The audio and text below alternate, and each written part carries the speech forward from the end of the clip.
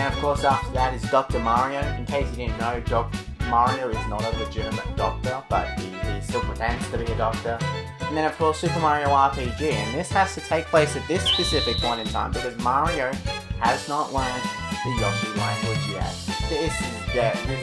We're just chucking games in random places at this rate. Like, there's not, So after all them, if we're going through main games only, we get to Donkey Kong Country.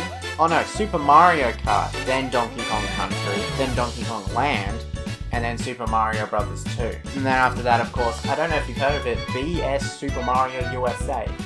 In Japan, there was this thing called the Satellaview, which was a thing that added on to the Super Famicom that connected it to the internet, kinda, sorta, like through radio signal. It was this whole thing, and you could download games, sort of, not really. You could only play them at specific times, and one of them was BS Super Mario USA, which was sort of like a sequel to Super Mario USA, which if you don't know is Super Mario Bros. 2, that most of us know because Super Mario Bros. 2 is actually a reskin of another game called Doki Doki Panic. Then after that is Mario vs. Donkey Kong. Funnily enough, a remake of this game was announced yesterday when I'm recording this. So, it actually has a lot of references, according to this website, to BS Super Mario USA. Okay. But this is obviously when Mario opens up his toy factory and... Well, not opens, he already had it open, but he starts making mini Marios. And it takes place in New Donk City. And then we got some other fun stuff, and then we finally get Mario Party, followed by Mario Party 2, followed by Super Mario Land. This is interesting though, because in Mario Party 2, all the characters are arguing about what the name of this land will be, and that's the whole plot of Mario Party 2.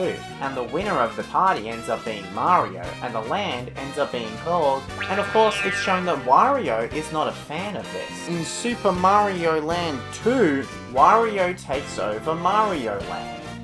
It's all connected. It makes so much sense. And then eventually it becomes Wario Land. Wario just keeps buying castles. That's a common recurrence throughout the Mario timeline. Wario loves castles. He loves castles. But yeah, we go through a lot of the Wario games now. Wario Land 2, Wario's Woods, Wario Land 3, Dr. Mario 64, which ties into Wario Land, Mario Party 3, which is actually the first time everyone meets Waluigi, and then Paper Mario. Now obviously, Mario isn't made out of paper. We all know this, right? But the events of Paper Mario did actually happen, the Mario game. It was just not in paper. There was this alternate universe where everything in the Mario universe that was seen thus far was all paper. And it's not until a game in the future that Paper Mario figures out that he's made out of paper. Because obviously, everyone's made out of paper. So, this is what I mean. There is alternate universes, kinda. Then Super Mario 64, after that one. Then we get, like, the King Boo Chronicles. We go through how King Boo's, like, kidnapped, and then Luigi's Mansion, and, all this stuff. We get Mario Kart 64. Then we get all these other fun games. Donkey Kong Country 3. I just want to get to it. We're going to talk about one more thing in this timeline. I will, as I said, make a main channel video about this. Don't worry. There is one thing, though, that I find absolutely fascinating. Okay, wait, I'm still scrolling to find it.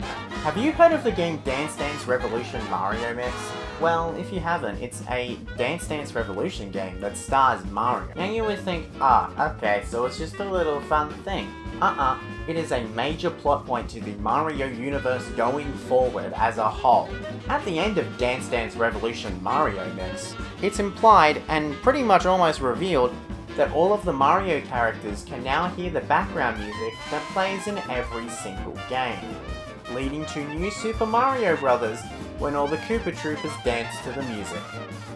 But that's not the most insane thing. The most insane thing is that at the end of Super Mario Galaxy, Bowser accidentally resets the entire universe, and then Mario would have a whole history of basically the same thing, leading to the events of Super Mario Galaxy 2, which is set in this new timeline. The Mario universe is insane.